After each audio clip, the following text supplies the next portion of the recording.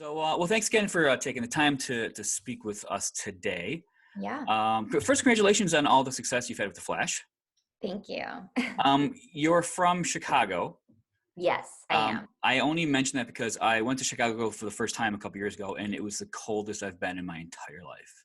That sounds about And correct. I'm from Yes. Buffalo, so that's saying a lot. Oh, wow. I can Yeah, it handle gets cold, cold and it there was cold. too. Yes, but Chicago Yeah. is considerably colder.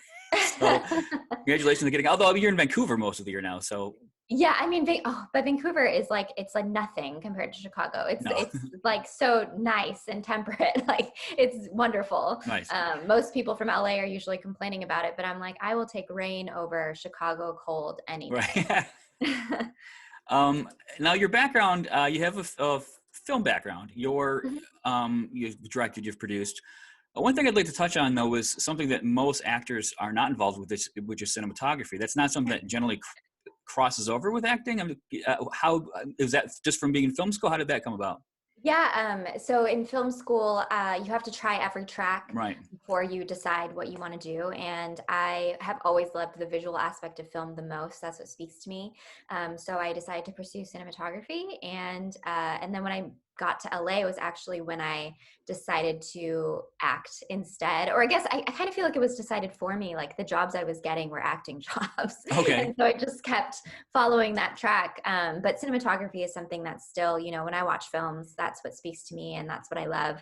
But I think, I can still enjoy it without working in that particular field. Do you want to go back into? Do you? I mean, you've done some, directed and produced some shorts. Do you want to pursue that?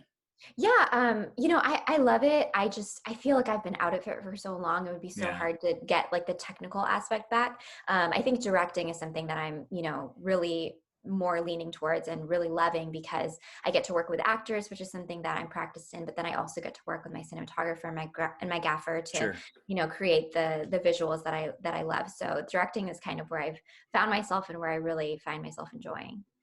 Now, you've done a lot of different types of acting, from drama, comedy, improv, Yeah. sitcom, to film. Is there anything that you're kind of drawn to naturally?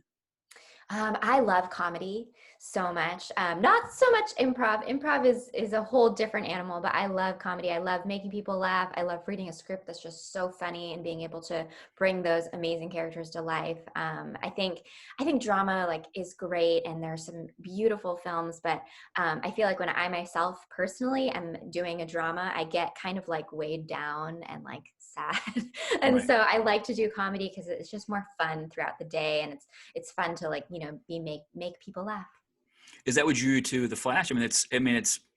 It's they're light-hearted scripts. I would say. I wouldn't say they're full-on comedies, but there's a lot of comedy in it. Is that what drew you to The Yeah, Flash? yeah, definitely. I love the comedic aspects of the Flash. There's definitely, some very heavy, or there's a lot of crying that happens, Right. but I really like the levity and like the light moments. Now you're pretty active on social media. Yes. That's and you do focus a lot, at least on your Twitter and your Instagram, on social causes. Yeah. Is that something that you do naturally? Is that something you feel a responsibility for as an actress? I mean, I've always just been like a really feely person, which probably lends itself to being an actor. And so, I always from a young age, I was like that kid that saved spiders, and like, I'm just very that person. So I think it does come naturally to me to care about people and about causes. But I think, once you start kind of amassing a small following, I think I do feel a responsibility to use my voice for good. And because I already have so many issues that I care about, it's very easy for me to talk naturally about it in a way that hopefully doesn't feel too like preachy or anything, but just Right. something where it's like, hey, I really believe in this, and I feel like you should too. Do you your YouTube it seems a little more I won't say self-indulgent, but more fun, I would Yeah, say. yeah, yeah. Um, but you have been addressing a lot of the anti-Asian violence, Mhm. which is obviously very important to you. Can you talk about that a little bit? And can you talk about, are there any kind of resources or people you can direct people to go to if they want to learn more, or they can help? Yeah, yeah. I mean, the thing about, anti-Asian hate is that it, while the issue is not new, I feel like our ability to organize and start speaking out about it is new. And Right. so there's there are resources, but I feel like we're just like kind of getting started. And so there's Stop AAPI Hate is a good one, and I feel like once you go there, there's like a whole list of resources where you can kind of look into people who are speaking out about it, or things that you can vote for and things like that. So Stop AAPI Hate is like the hub, and then from there you can kind of delve into all the other issues. Excellent. Do you mind if have you experienced any kind of bigotry or anything towards, towards yourself? Yeah, unfortunately, I have. Very, very fortunately, it's never been to like a physically violent place for me or my family members, and I consider myself very lucky.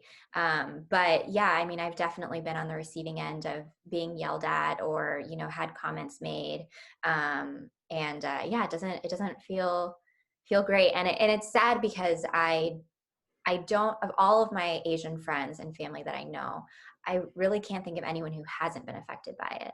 And so I think that, we live all over the country and we have different, communities and stuff. And so that really speaks to, I think, the widespread nature of, yeah, the hate, especially now, after COVID, Right. it's really ramped up a lot. So, yeah. Have you found, do you think your being in the entertainment industry, does that cushion it a little bit for you? I mean, do you feel as if that maybe people that are living like in this, in the, middle America are maybe feeling more of the brunt of that? Yeah, I could definitely see that being the thing. It was actually, I think I definitely feel like pretty safe from it because I'm in the industry and because I live in a city like LA. There's a lot of Asians, and then I work in Vancouver, which is like even more Asian. So and Right. so I always felt like this sense of protection, I guess, or like distance from that. But this last time I was in Vancouver, like I had someone yell something as they were riding by on their bike, and it was so shocking to me because I've just lulled myself into this safe space of like, well, in Vancouver, there's so many people that look like me, and I get recognized because I'm on the flash and stuff like that. I just felt like I was safe. And so I feel like, it can really happen anywhere, no matter who you are. Do you mind if I ask you about your thoughts on Hartley being asked to leave the show? I am not on like the main cast, so I, Right. kind of stayed out of that whole Sure. thing. I'll just say, it's unfortunate when people have those sorts of comments that were made, but I don't feel like anyone is too far from redemption, and I'm not personally friends with Hartley, but I assume that he has done some thinking and growing and everything, and it sounds like he has. And so I think that we always should seek to forgive and help people be restored. And so I Right. hope that is in the cards for him. I'm not condoning anything that he said, of course, but I feel like restorative justice is something that I care about, and I feel like in any sort of arena that we should seek to restore people. So that's what I hope is happening. Now you have been off the show for a little while now. You came back. Let me go back to COVID. The season was cut short last year, Yes. and then you had to come back and basically finish the storyline up Yeah. this season. What was the? What, can you walk through the entire COVID issues you had when going into last year and coming into this year? Yeah. Oh man, it was crazy. When everything was kind of happening, it felt like it happened all at once. It was like we started hearing about COVID cases in the US, and then all of a sudden, like there was another crew that had a COVID case, so they had to shut down, and then we were all freaking out. And I was actually in LA, and I was supposed to fly out the next day, I think. So I had all my bags packed and I was ready to go out, and then we were all talking to each other, and there was another cast member who was also flying back because she had been in LA for the weekend as well. And we were like, are we just going to get there and have to turn around? What's happening? And then all of a sudden they were like, you're not flying, we're sending everyone home, like we'll let you know. And then it was like a week turned into several weeks, turned into a couple months, turned into like, what are we doing? So yeah, it was really crazy to wrap your head around. And I think everyone in the industry was kind of in that same place of like hoping that we would go back, but like just circumstances preventing it. Right. So yeah, when by the time we were able to go back, we were one of the last productions to go back because we were all very concerned about safety. And so we went back in September, and It was really bittersweet. Like, it was so nice to be back at work. It was so hard to be not working for that Sure. long, to be without, your friends and the cast and crew and everything. But then, also it was tough because there are restrictions and you can't hug people, and it's just everything's a little different. But I think overall I'm really grateful that we're like able to work, able to put on the show. Little restrictions, like that's fine as long as we're safe and able to work, then I'm happy. What'd you do with your time off? Did you learn any new crafts, Yeah. any trades? I honestly, in this industry, I feel like we never get time off. So in the beginning, it was a little bit of a spiral of like, oh my gosh, I've never had this time. What do I do? What do I do? And Right. it's being a little crazy. And then I was really able to take a step back and breathe and like just assess my life, enjoy time with my husband and my family, and work on myself, go to therapy, like just all of the things that I think I should be doing in my normal life. I normally don't have time to, Right. and reprioritize. And then also, got some time to really think about, a project that I'm now going to be directing, and just really work on things that I normally don't have time for. You joined the cast not that long ago, and you have a singing background. Yeah, yes. Are you upset that you missed the musical episode of The Flash? I get asked that a lot more than you would think. And yes, yes, I'm like waiting for them to have another musical episode. I would not put myself on the same level as, the cast members who have been on Broadway, but I think it would be so fun to be a part of a musical episode. So I'm hoping and praying they do another one. What was I'm just curious about because you're featured on the show. So when the show came back, you finished up the storyline, then you're off for a few episodes. You come back in a couple weeks, if I'm correct. Mhm. Yeah. Mhm. Is that part of your contract? Is that scheduling? Is that budgetary? How does it work as far as your schedule is concerned? Yeah, I mean, it's the way that it's working this season is different than any season prior because of COVID. So because of COVID and because we shoot in a different country, we have very strict like uh, quarantine, situation, and it's a lot, and it's a lot of money for Warner Brothers. So Right. the way that we worked out my unofficial contract this year was like blocking all of my episodes. So like I have Okay. a whole bunch together, and then I go home for a little while, and then I have like a whole bunch together.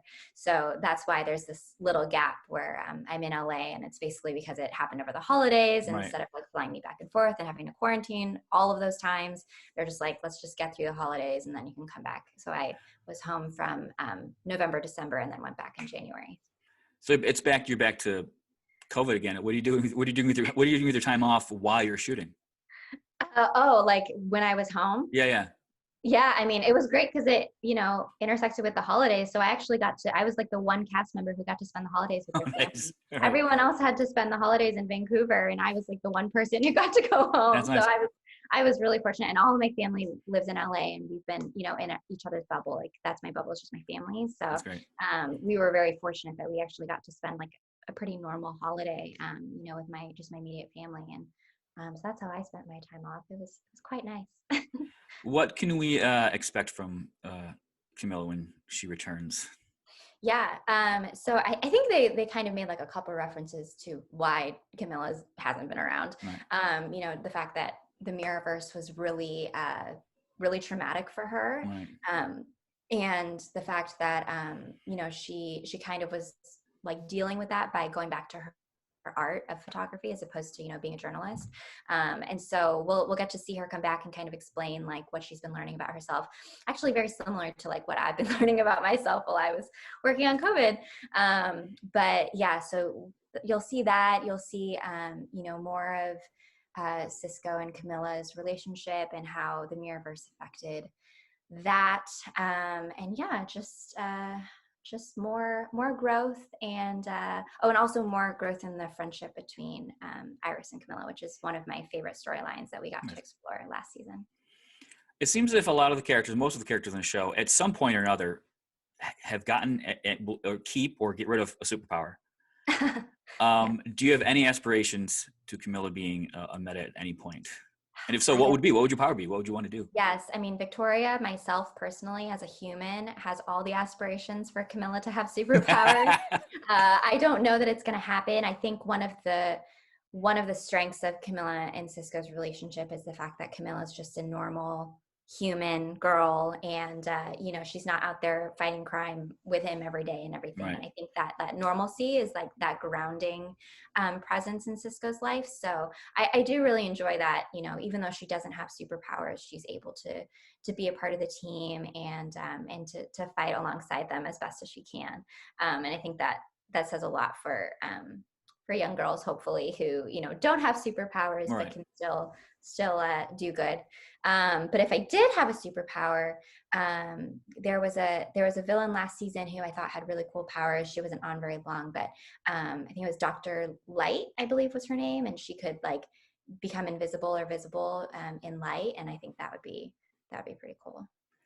Have you had much interaction with the fans? Yeah, I mean, just on social, the fans are very, very vocal on social media. We weren't able to Yeah. do like any cons or Right. Comic-Con or Yeah. anything this past year. So unfortunately, I haven't been able to meet them in person, but everyone's been so lovely on social, which is not common. I've heard that sometimes fans can be pretty brutal, but I've only had the best fans Nice. interaction. So Once con season opens up again, expect you will see your face on somebody's leg at some point. There will be a hardcore, at least one hardcore Flash fan that will have all. You'll be on there. Just be ready for that. yeah, I've heard things can get a little crazy. So I'm trying to prepare myself for that. Well, Victoria, thank you very much for taking the time. Yeah, Good thank luck this you. season, and you take care. Sounds good. You Thanks as a lot. well. Bye bye now. Thanks. Bye.